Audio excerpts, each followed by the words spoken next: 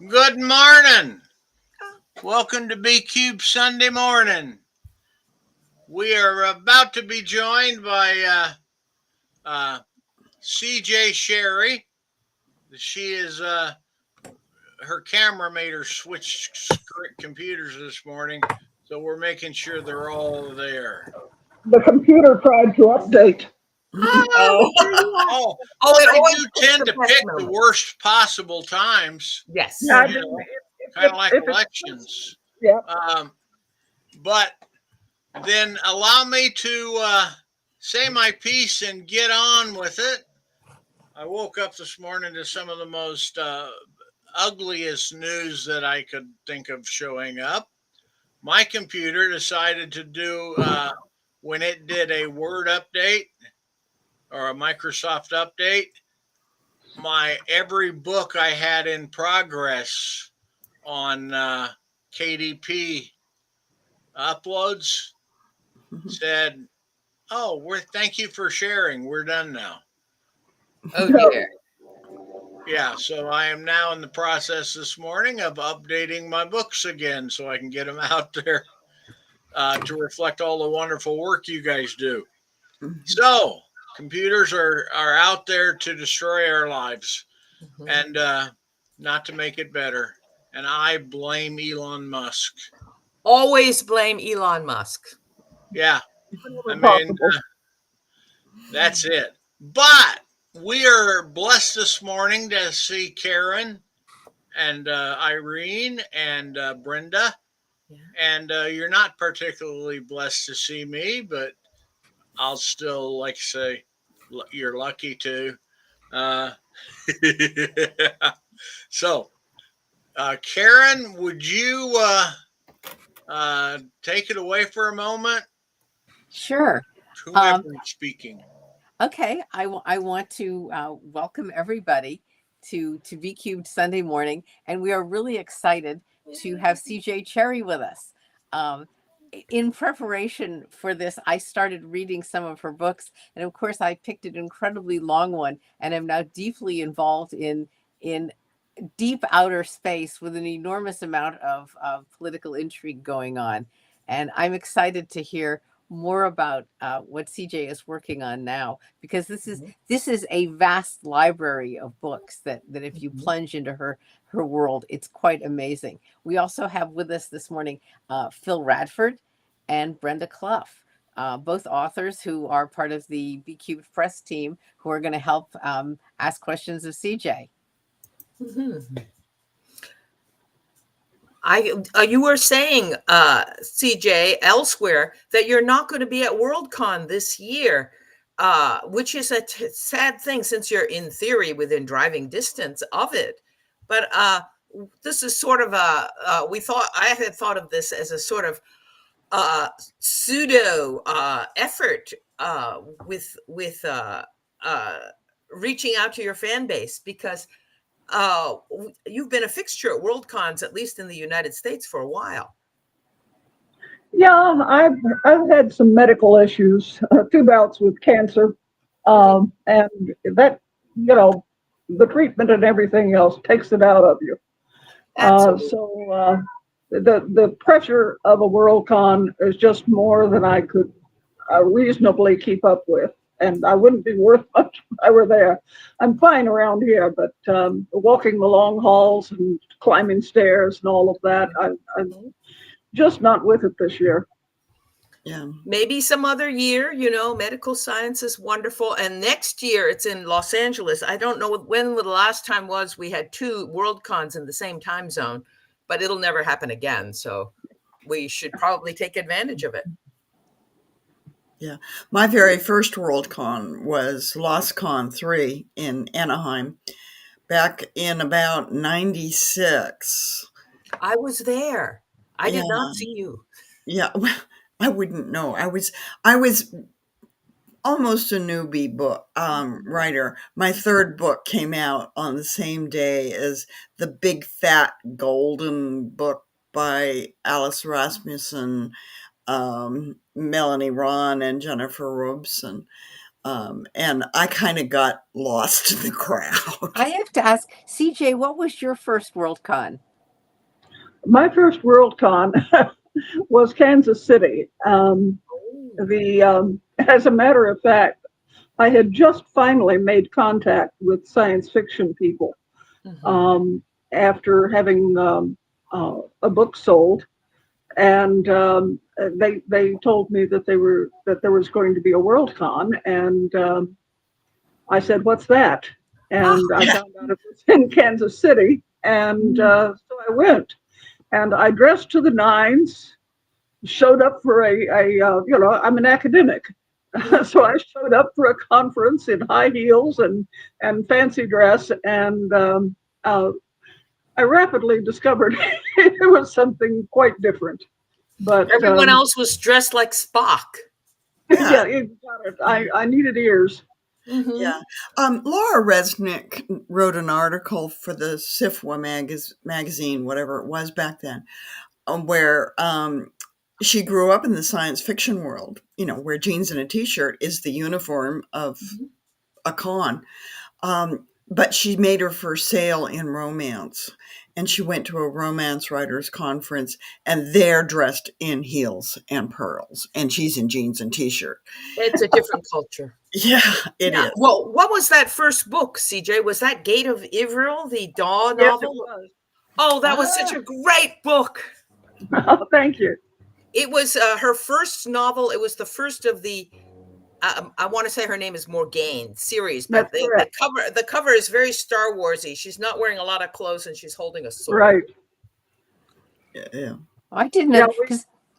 I used to work with Michael Whalen, who did the covers, that in every cover, Vanya was wearing just a little bit less. So yes, I noticed that. And it was sort of the flip of the Star Wars cover where Luke is doing this and Leia is clinging onto his knee or whatever it is. Right. It was sort of the flip of that. And that was very empowering, if just in terms of the visual. And it was not inappropriate as far as the cover went. That was in the period when all science fiction and fantasy novels had to mysteriously involve bikini tops. Yeah. Then there's the chainmail bikini books, anthologies edited by Esther Friesner. Oh yeah, I may have one of those. I wanted to write one of those stories. Oh, hang on. But I really don't do short. Chicks and Chainmail. Yes, here it is. Yeah. No, it isn't. Yeah. But Vonda McIntyre did a blog on terribly inappropriate covers. And one of her Dutch reprints was full frontal nudity, which of course would not make it out the door here. Wow.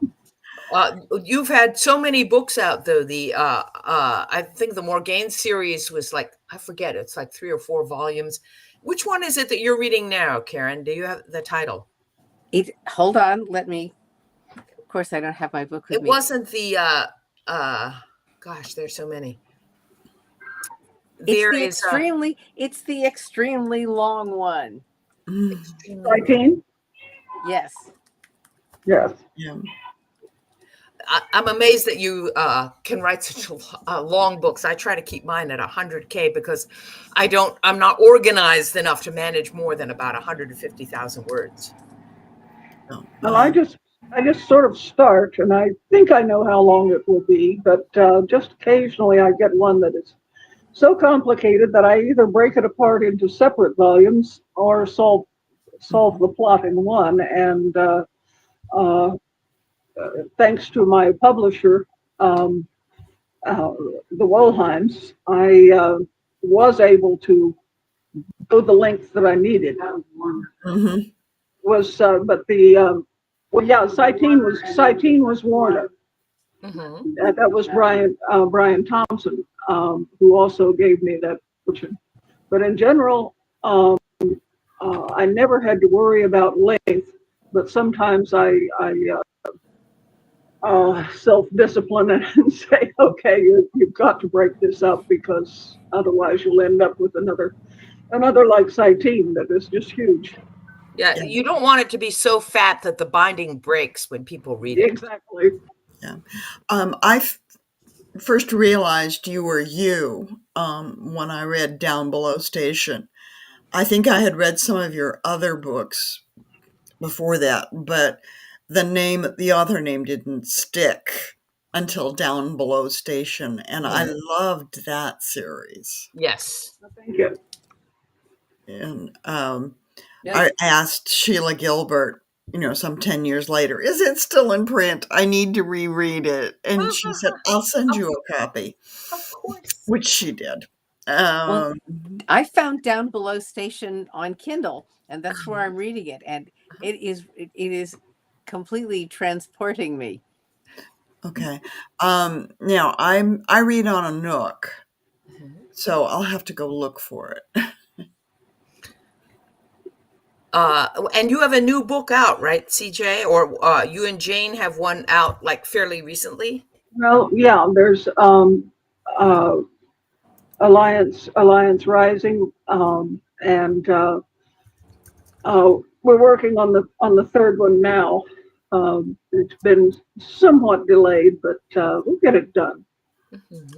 But this one goes all the way back to the beginning of the company wars, and or actually before the company wars, and reviews the situation that led to the problem. I have to admit that reading Down Below Station at the same time I'm following current economic and political news, but it's just fascinating because Cherryh. you've gone all the way into the far, far future, like 2300. And this same kinds of motivations and economic pressures and misjudgments and strategic stuff is going on. It's completely a book that tells us about how we operate currently, that as long as people are the ones driving things, the problems will remain the same. Mm-hmm. It's sad but true. Yeah. And that's why Bob started BQ Press. um, and I'm not a political person, but the stories that are coming out now are just stunning in their predictions. And going back and reading from just 10 years ago, books predicting what we're in now. Is It is frightening. yeah. I sort of do not like to be in a dystopian novel. My idea was that we could go and be in a utopian novel and we could write about dystopias. And I don't actually want to live this. Yeah. Yeah. So tell me, CJ, having written very predictive science fiction, do you do it deliberately? Well, let's put it this way. I taught ancient history, and the cycles of history don't change. Certain things happen. They happen repeatedly because being dim as a species, we don't learn. We have to try it again every few generations just to see if fire is still hot. And yes, it is. We'll get through it. Um, the the thing is circular and it always turns. But uh, you can say that there are always certain things that happen when you begin to set up a tyranny. Mm-hmm. And when they start happening, smart people get together and do something about it. We're trying. Well, that lets us out. We're not that smart. So Yeah. CJ, you are renowned for your powerful female characters, notably starship captains. And have you ever grappled in your book with a society that starts to repress women leaders? Um, I think I can't think of one. I can't think of one because um, I had written right about the efforts of those who overthrow such systems than the efforts of those who impose them. Mhm. Um, in a way, probably the most autocratic of all the females I've written about is Ari Emery, Mhm. but she is not exactly a heroine of her own books.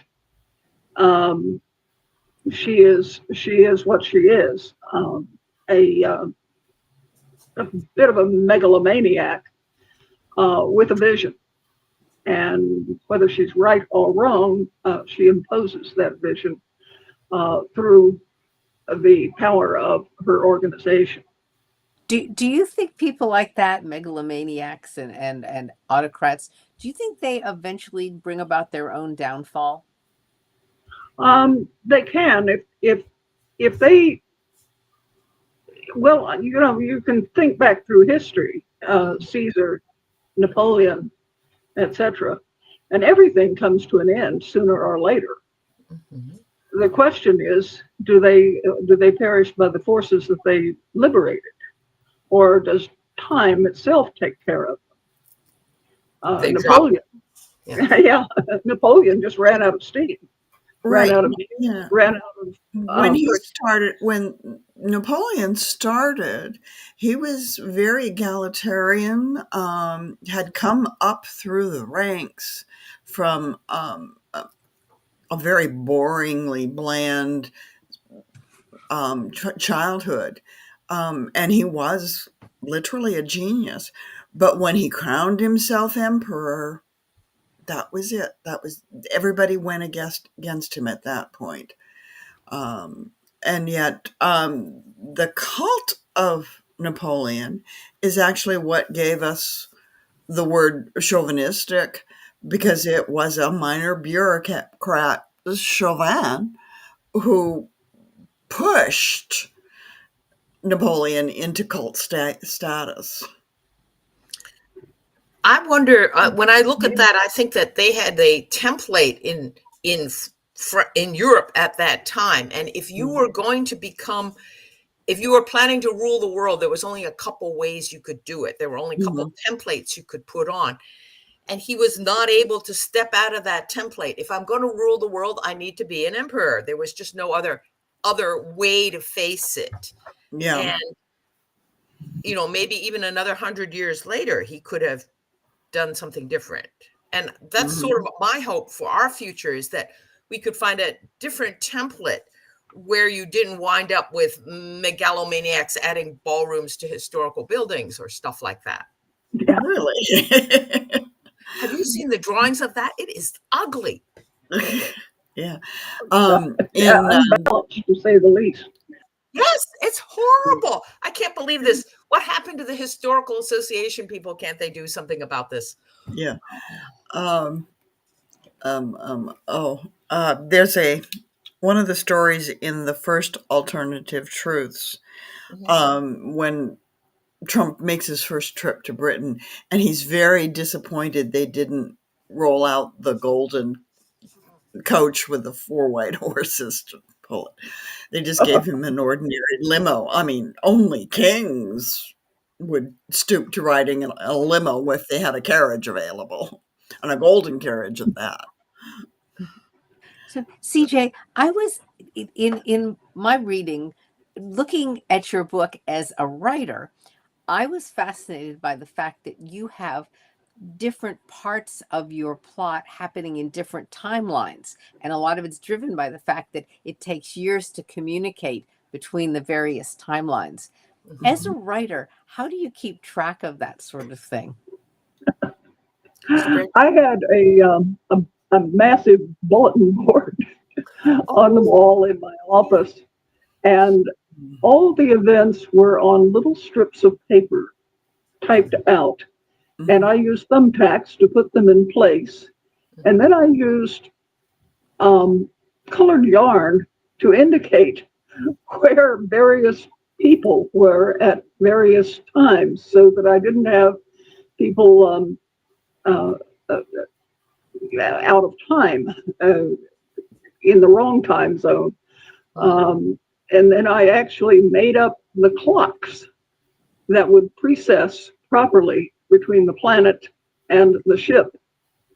So there was a bit of work behind the behind what was going on screen, that just kept the timeline straight. It must have been extremely difficult for editors to edit you because they had to completely understand that system in order to correctly edit. I give a lot of credit to my editors who basically uh, they just sort of understood and let me do as I would do. I never got pushback on anything, including length. So Wow. I was favored with good editors, Betsy Wollheim, Donald Wollheim.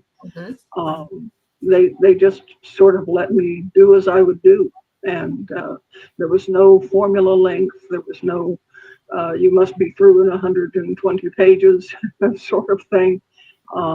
They just ended up being as long as they needed to be. Mm-hmm.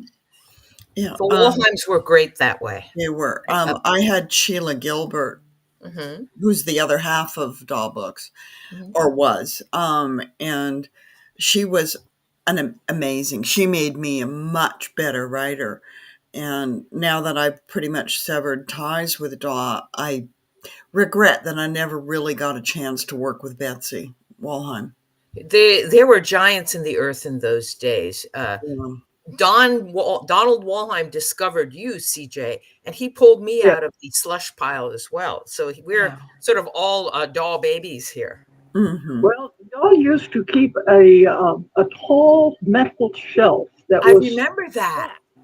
with unsolicited manuscripts, things that Slush. people would just send in, and with no agent or whatever. And when I visited, as I did from time to time, they would entertain me during the business hours by handing me these manuscripts and saying, "Notify us if you find something interesting." Yes. And yeah, they ranged from people who had literally augmented their title page with Crayola color, um, to some manuscripts that I thought really, had potential. So it was very entertaining and illuminating. Wow.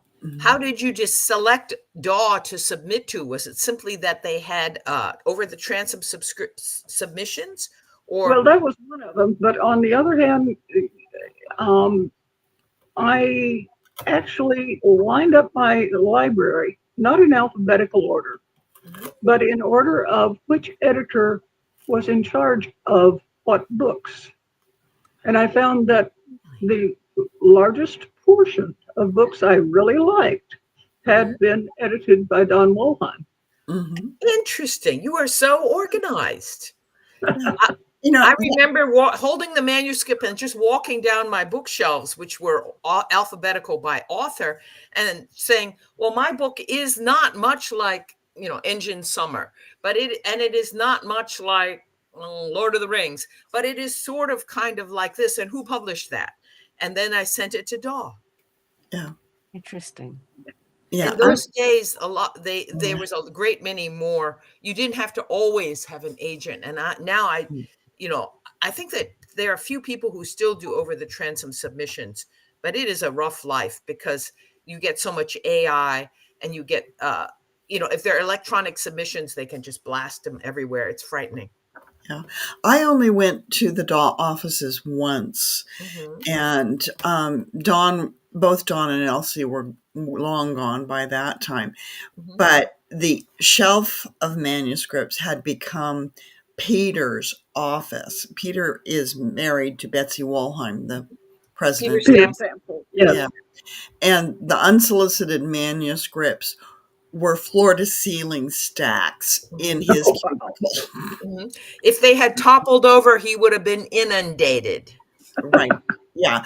He might have been buried, just Right. buried. They would have had to excavate him like, the lost Yeah. Yeah. Kingdom of the Kukuanas.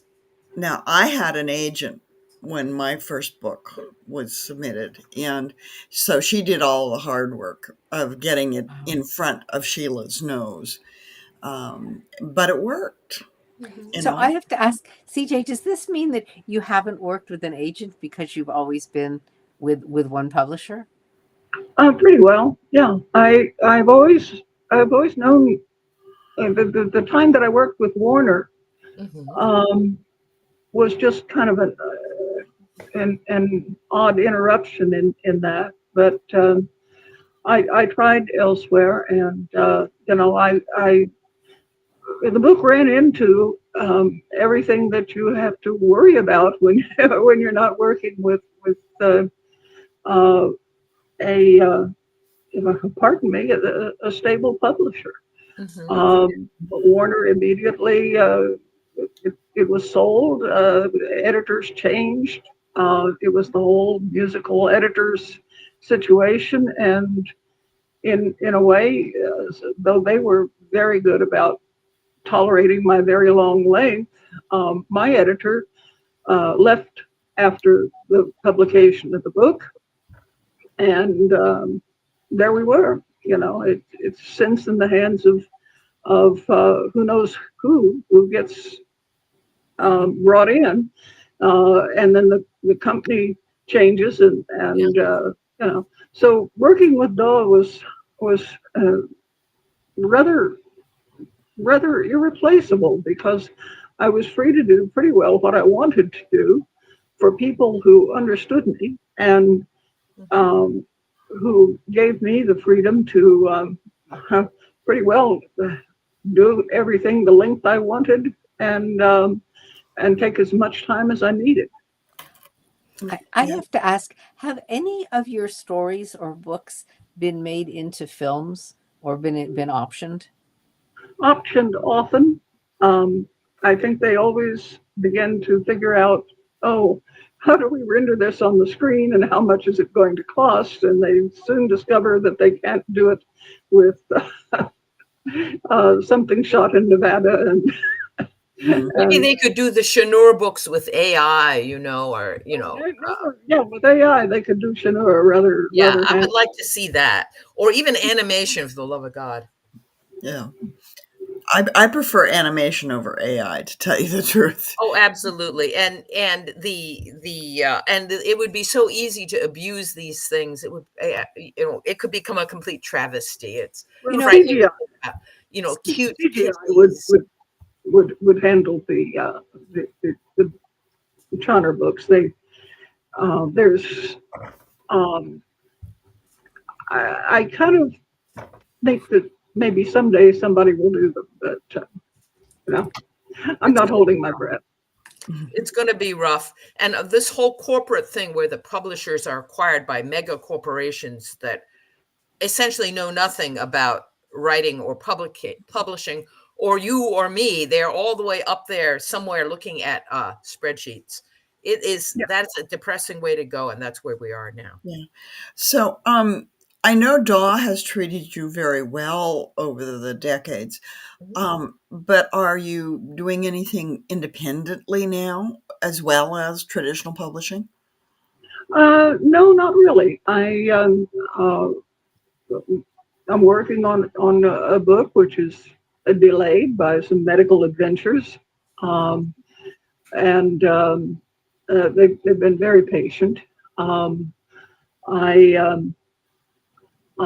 I just have no interest in adventuring out Hmm. uh, Mhm. in much else. I've got enough to do with the one that I need to finish. Yeah. I have to ask you, of all of the worlds and societies and environments that you've created, is there one that you imagine yourself and Jane living in? One that you would really like to, if you could escape Trump and move there, which of your places would you move to? I think I would probably pick one of the starships. Movable real estate. If you don't like where you are, move. Mm-hmm. But I don't know if I had to pick an environment to live in, oddly enough, I might pick Saiti. Mm-hmm. Okay. Um, Simply because it's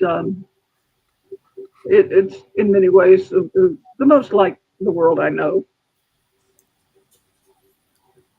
Because I know your environment.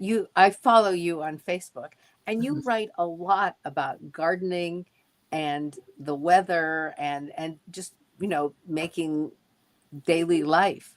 And Mhm. and I know that it was curious for me to see what you would make in your ideal environment. But it sounds like you kind of have one in Spokane already. We really do. We have our little garden. I have a fish pond. It's a little fish pond and totally fills our backyard. But it provides those and the flowers and the bushes and the whatnot. We have a lovely situation here. Mm-hmm. Mhm. And it's a lovely town. I remember the Spokane World Con. That was the first time I'd been in Spokane. Yep. That And was a it's good one. yeah, and in spite of the wildfires and everything, it was a lovely area of the world that I had not been in before. So it's good to find a place where you can sort of be creative. Hmm. Yeah, we have our favorite places that are within Hmm. 5 minutes drive, Hmm. and there are there are mountains visible, which I like. Hmm. Um, you couldn't see them during the World Cup, but I assure you there are mountains. No, that was the I forget what year that was, but during the Spokane World Con, there was a wildfire and everything sort of socked in a kind of It air was quote. it was exactly it was 2015 because it was the first time I'd ever been on a panel at a convention. So I have it actually Really? listed. Yes, Yeah. Yeah, I it was remember that. absolutely gray everywhere, and Yeah. looming over it all is Marion Zimmer Bradley's bloody sun. Yes. Oh, right. That was a Yes. Beautiful. We were wondering how many anthology editors were going to be inundated with Bloody Sun short stories within 3 months of that. yeah. Really. It is I don't think there's been a World Con ever that hasn't had a core drama or excitement. And some of these are really destructive. Some of them are relatively minor, but I cannot believe I've never heard of one where there was some horrible scandal or crisis or oh God, we're all dying of COVID, something. Yeah. Mhm. I'm working on Seattle. I don't like to hear this. Well, there's You this know, possibility of a tsunami. then you know this, you're in the trenches. It is, you shouldn't even tell us about it because then we'll all go and gossip about it and everything will Well, go to I'm worried pieces. because nothing has gone wrong yet, except that someone complained that there aren't any good restaurants near the convention center. Wait a minute. How could there not be any good rest? This is a scandal, honey. Something Yeah, I has to be know. done. You I guys need know. to start one. You have 20 You need minutes. to go to Ivar's. Yeah. The seafood I restaurant. I remember Ivers in downtown Mhm. Seattle from when I was 7 years old. Oh my God. And it was one of the last places we went before we moved to Maine. My dad was in the Coast Guard, so we moved, from coast to coast every 2 years or so. But see, I was raised for 7 years in Seattle, Well, and the Seattle Convention Center added on a completely new section, and it Mhm. sort of dwarfs the original convention center, sort of like Trump's new thing is going to dwarf the White House. It's enormous and it's very futuristic and really gorgeous. I've been to some conventions there, and I think it's going to be a good environment for people because it's open and light. It's not like you're in the little narrow corridors of a hotel. So I think people will be pleased with that. Mhm. The Seattle Aquarium is also, mhm. it's a worth a trip if you've got a little extra time. Well, it's Mhm. it's literally right down the hill from the convention center, so it's very easy for people to get to the waterfront if they want to go there. Mhm. Right. So, And the waterfront has many restaurants. and they've Well, just They've Mhm. redone the whole waterfront, so it's quite elegant now. Yeah. We'll have to do all of these things and just suck the experience dry. I am taking the train with Phyl, and we're going to be just, up on Wednesday, back on Sunday. So we have a short period of time. We have to suck that thing dry. But it is exhausting. And I find that particularly all those long corridors, I'm Phyl, I'm sure you feel this way. Mhm. You have to have some good stamina to do this kind of thing. Yeah. I've been walking a mile a day Uh-huh. to get to prepare for Worldcon. Right. There Uh, will be a mile, I assure you. yeah. Yeah. And when I get back, I'll return to my slothful ways. But for, um, but Worldcons are so much more than just panels. Mhm. And how do you, what about the virtual cons that are cropping up? Because I know people who are used to be con goers, and now they are so afraid of COVID, they won't go out in a crowd, and Or so political issues, them political Yeah, issues yeah, too. I would, if I were, there are certain groups that I would hesitate to say should come to the United States. Hmm. Certain political groups. Right now, yeah. Frankly, if you are brown, maybe you could attend virtually. But that's in a sense, that's the one good thing that has come out of COVID. You can do that now, Yeah, and now you don't have to get on an airplane and fly for 12 hours. That's always a Mhm. gain. yeah. Um, and Andrew J. Lucas just reminded us that Canadians are another group that will not be coming to or should not come Oh, that's too to bad because World. it is close. Yeah, I don't blame them. yeah, I don't Yeah. either. Um, but had you thought about doing a virtual con, Carolyn? Um, I no, I actually hadn't. I participated in things like this, but Mhm. um, I sort of once upon a time predicted that there would be virtual cons, but I hadn't envisioned COVID or a world con uh, in such jeopardy as a national pandemic. Well, at least we have the technology, so it's possible. And that's what COVID has done for us, silver lining in every cloud. Well, one day I look for us to be having another thing from a space station in orbit Mhm. participating in the Mm. Worldcon. I would love to do that. Wouldn't that be great? Oh, yeah. So, so I know that CJ, you have a background in academia. Mhm. Have you done much teaching during your career? Do you ever teach writing? I've never taught writing. I taught Latin and ancient history Mhm. um, Mm. for That's a great 10 background years. for writing. Hmm. Yeah, Yeah. in Yeah. Oklahoma City. Studying Latin and the origin of so many of our words and languages uh, has got to be very, very powerful tool. Um, Oh, indeed. I could really recommend that anybody who looks for writing as a career take 4 years of Latin. It'll mhm. be a wonderful aid. You'll never need a dictionary. Yeah. Although I just finished reading a book called Proto by Laura Spiney, which is about the growth and spread of the Proto-Indo-European language that Right. runs from India to Ireland in a very broad swath.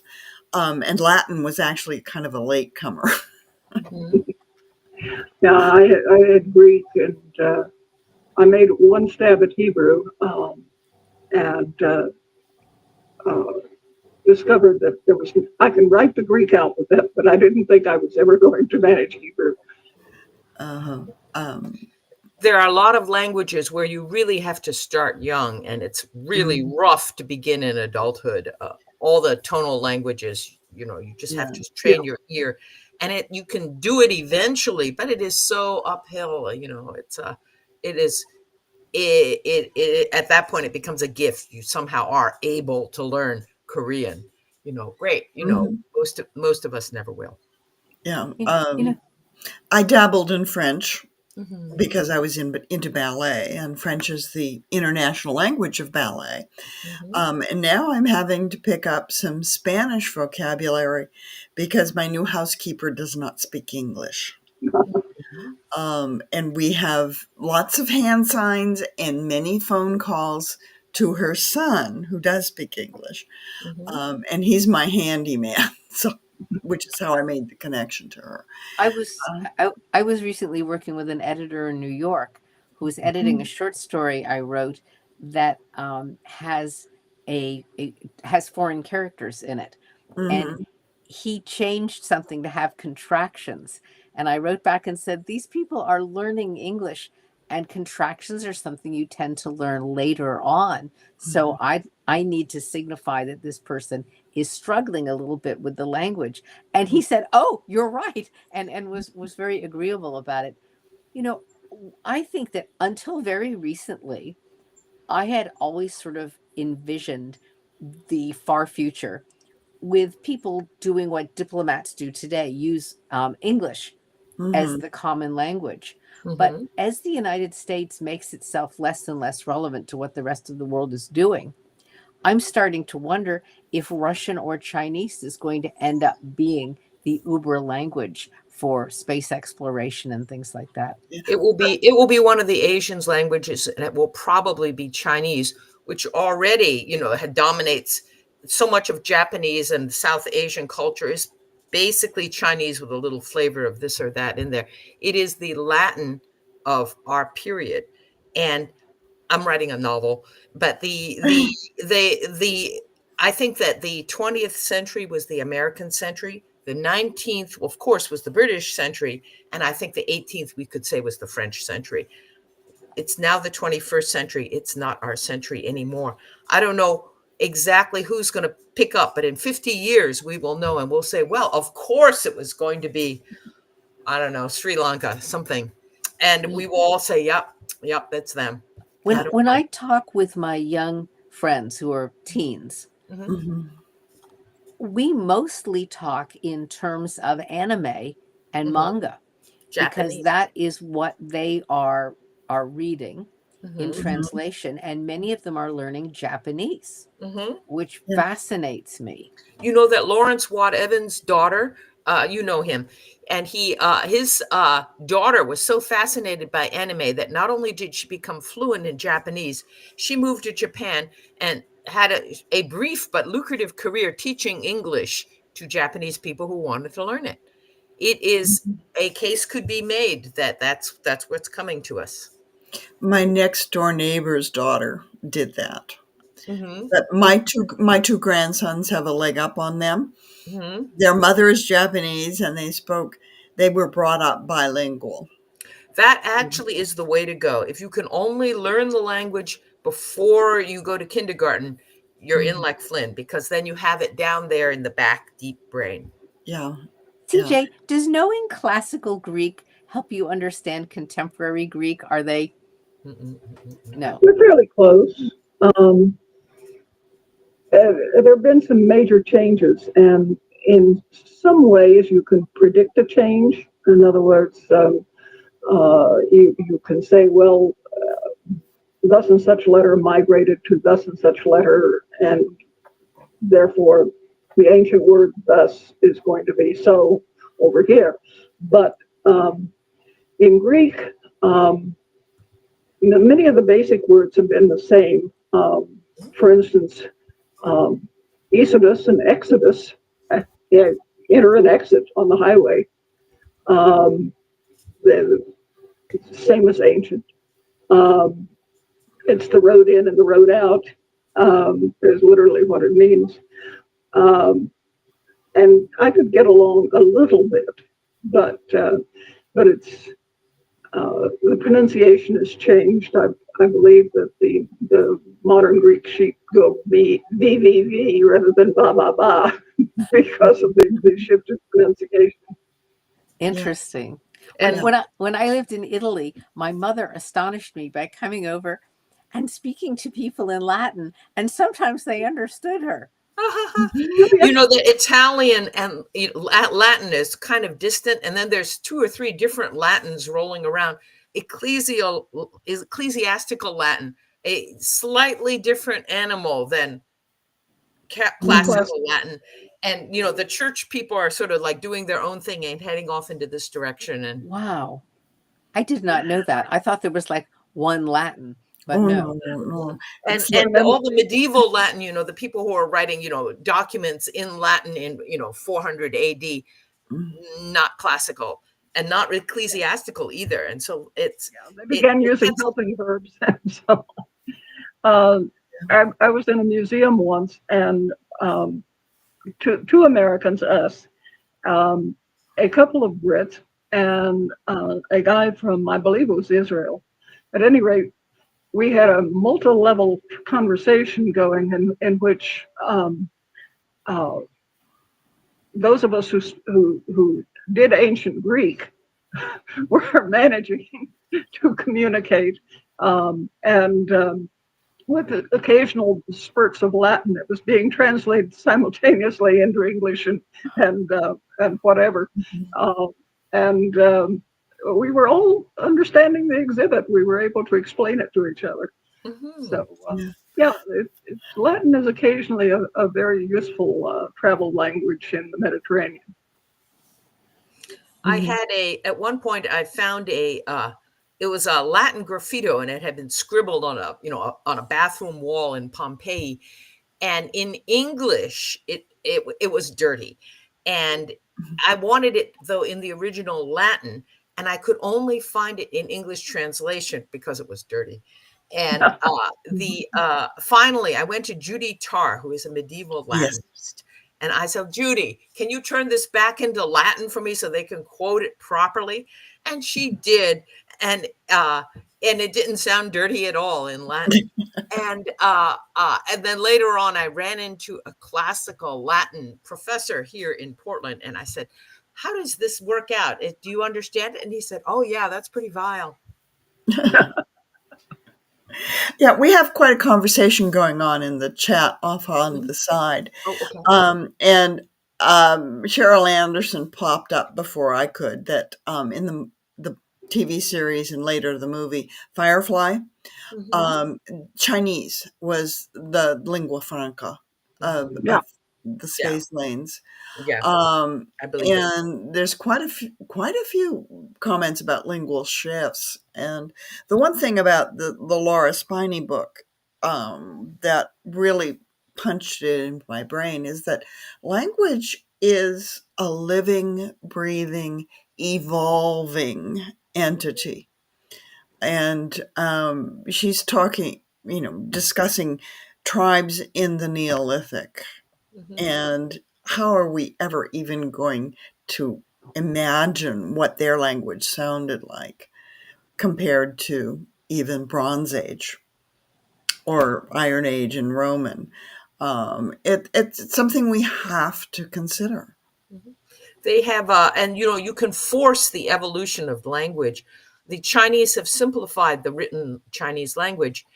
In another couple generations, those documents will be illegible to the Chinese who are born today and learn how to read Chinese, because the characters and everything will have changed. It will be like going back and trying to read Carolingian minuscule. It won't be legible. And so a huge quantity of the culture and history will be over there on the other side of that divide. And the current regime is going to be able to rewrite all that and write the histories, and the kids, you'd have to work hard to get over that hump and read it again. That's happening right now, where they're looking for people who can read script in the United States because it's not taught anymore. You are right. And I would have thought, I only discovered this when I went to France. But if you look at an ordinary Frenchman's grocery list, they have been taught a different script than you and I. We write like Palmer cursive.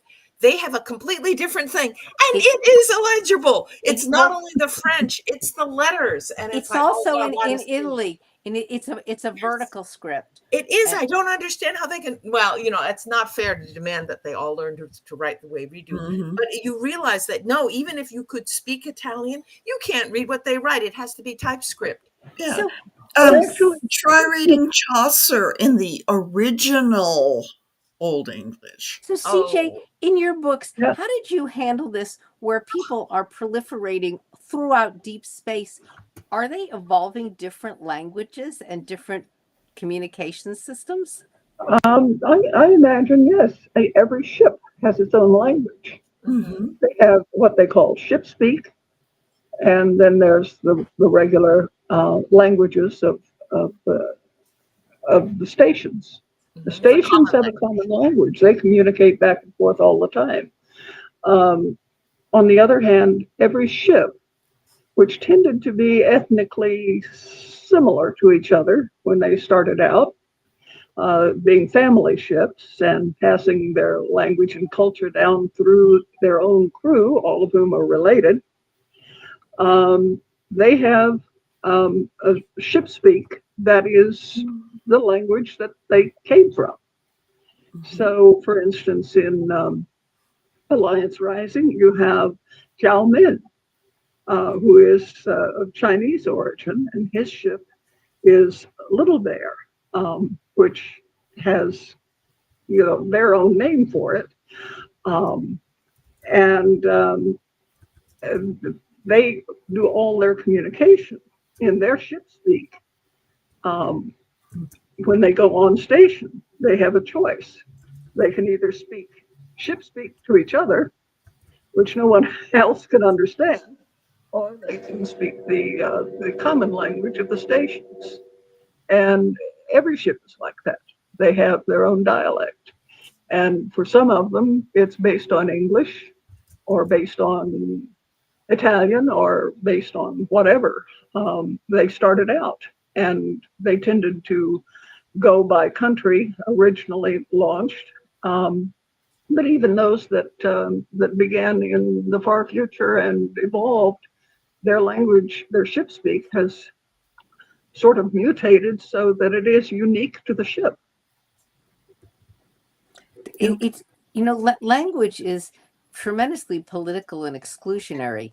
A lot of people code switch. They speak two different dialects. I do. Mhm. Because if I spoke like this in the deep south, terrible things would happen to me very quickly. Mhm. Oh, Um, Yeah. yeah, Or I black can, people have their black English oh and yeah, we talk to white people English. Yeah. and Adding to the conversation on the sideboard, Cheryl Anderson met someone who Alexander. actually translates cursive for the Smithsonian.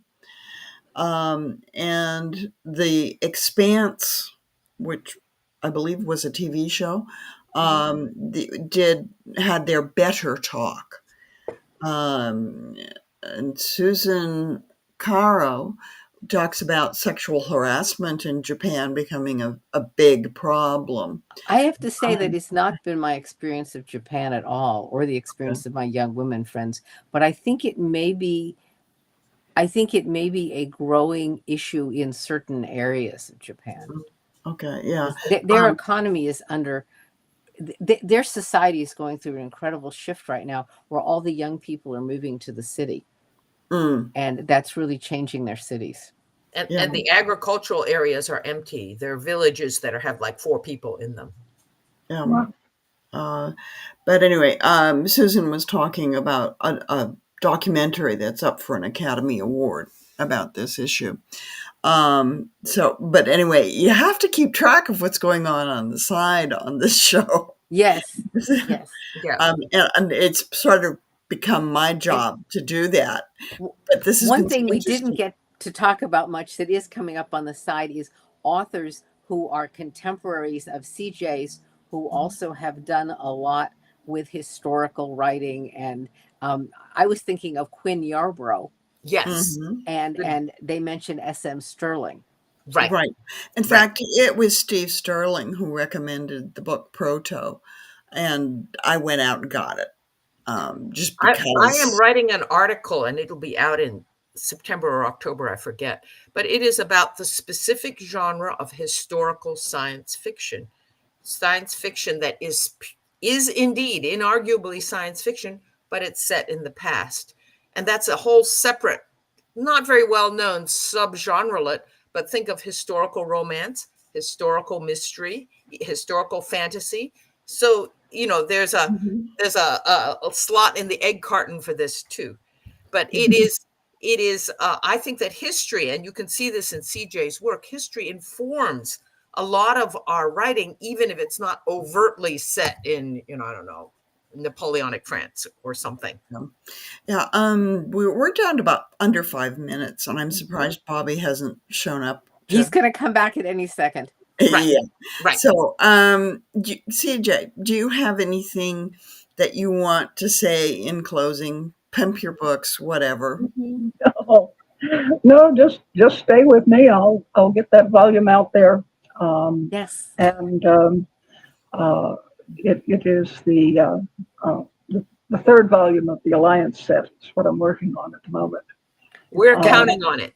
And are those co-written with Jane Fancher? Yes, Jane is.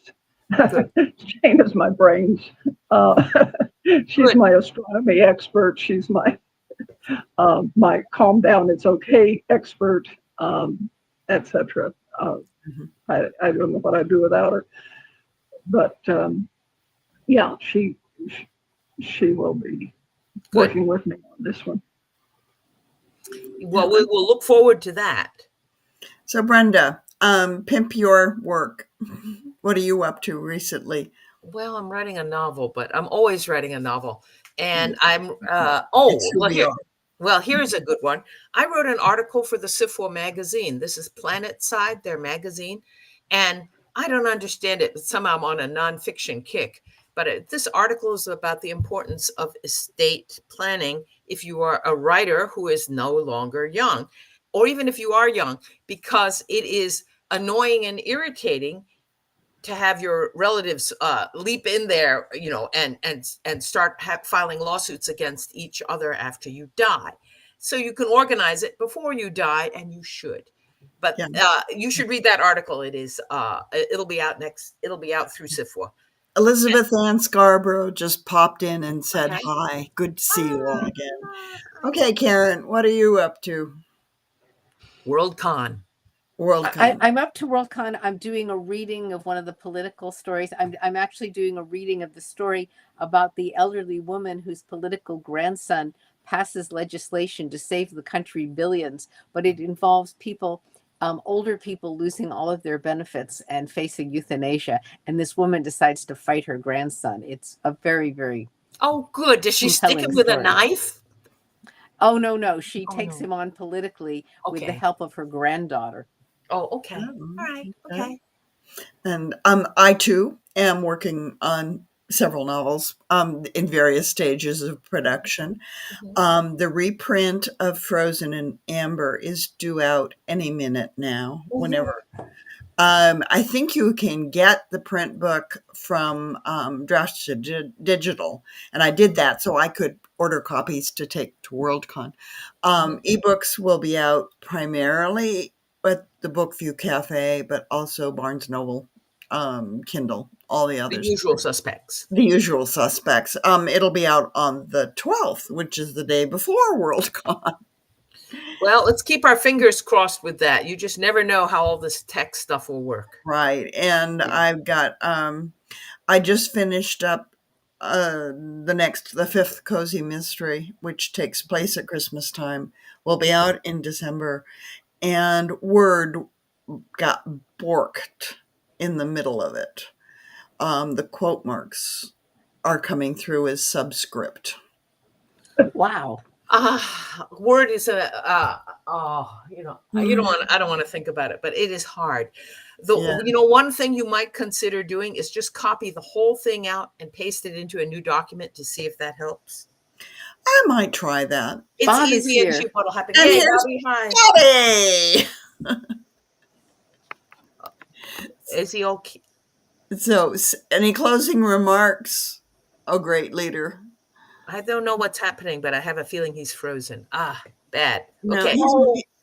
No, he's there. Okay. Okay. The computer worked. All right. You just never know.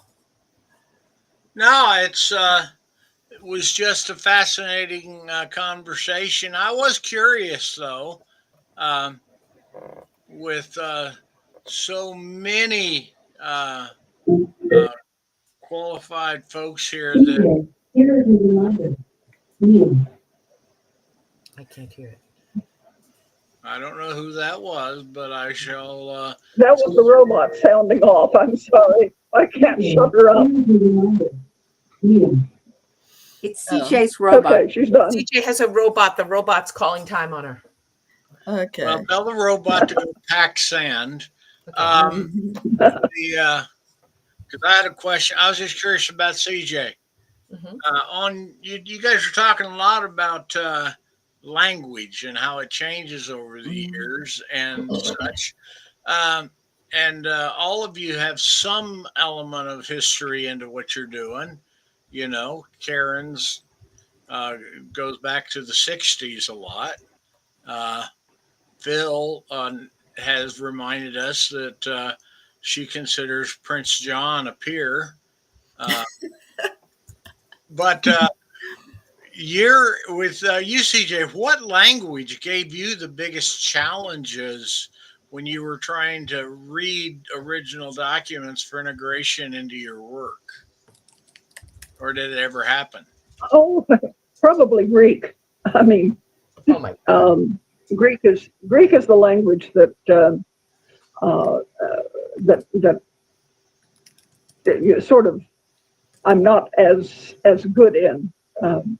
Latin, no problem, but I also read French, and but you know I've studied the science of language, but I think we lost. Whoops. No, I think you're fine. No, we're here. Yeah, we're here. Oh, okay. Yeah. Yeah. Yeah. I am impressed with how many languages you know. It is completely beyond me. I don't think I have the gift. You guys have heard the old joke, right? What do you call a person who speaks 3 languages? Smart. Trilingual. What do you call a person who speaks 2? Bilingual. What do you call a person who speaks 1? American. Yep. Yeah. I saw that coming. I was afraid. Yep. Yeah, it's sadly true. You must be tired, Bob. Your Texas ancestry is bleeding through. Yeah, but you know, Yeah. if If I go out, it's battery. Yeah. but I would like to thank you all for. I mean, I appreciate the presence of each and every one of you as we've done this show, and it's been good. And you know, I will just say wave goodbye, folks, because we're ending the stream. Yeah. Thank you, everybody. Next month, I think.